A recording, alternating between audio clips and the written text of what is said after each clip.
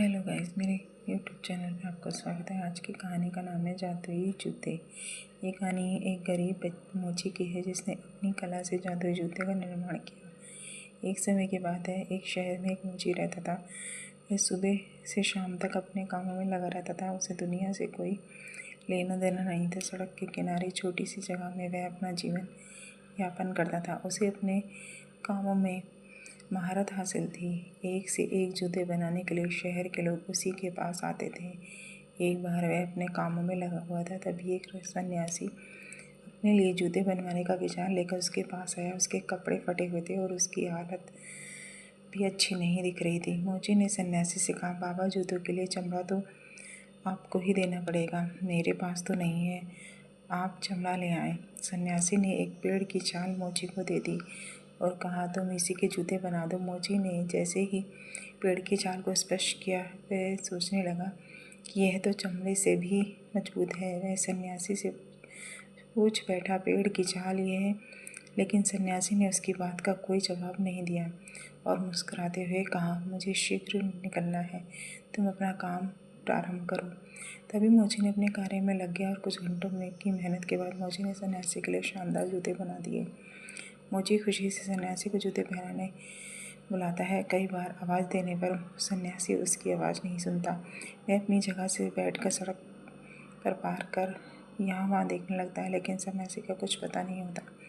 मोची परेशान हो जाता है और सोचता है, भला अब वह इन जूतों का क्या करेगा। मोची को उसकी मेहनत के पैसे भी नहीं मिलेंगे, इसलिए वह थोड़ा नाराज़ भी है। मोची ने सोचा, चलो शायद थोड़ी देर बाद सन्यासी बाबा आ ही जाएंगे। मोची को बैठे बैठे शाम होने लगी, लेकिन सन्यासी वापस नहीं आया। मोची की दुकान बंद करने का समय आया। तभी वह सोचता है, थोड़ा सब्जी ले आऊँ, और वह जूते पहन लेता है जो अपने सन्यासी ने दिए थे। जैसे वो जूते पहनता है, अगले ही पल सब्जी मंडी में आकर खड़ा हो जाता है। जहाँ जाने की बात वह मन में सोच रहा था, मोची बाजार के में पागलों की तरह बर्ताव करता है, क्योंकि उसे यह बहुत अजीब लग रही थी कि वह इतनी जल्दी यहाँ कैसे पहुँचा। वह सोचता है कि उसे सड़क के किनारे होना चाहिए, और अगले ही पल वह सड़क के किनारे खड़ा हो जाता है। अब मोची का दिमाग चलना शुरू हो जाता है। उसे समझ में आने लगता है कि ये जूतों का ही कमाल है, उसकी वजह से ही मैं पलक झपकते ही कहीं भी पहुंच जाता है। इस बात को साफ करने के लिए वह कई जगह में मन में सोचता है और एक एक करके हर जगह पल भर में पहुंच जाता है।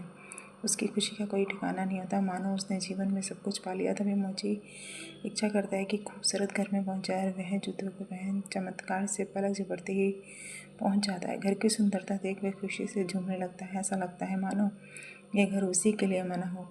वह डाइनिंग टेबल में रखे अखबारों को उठाकर पढ़ने लगता है।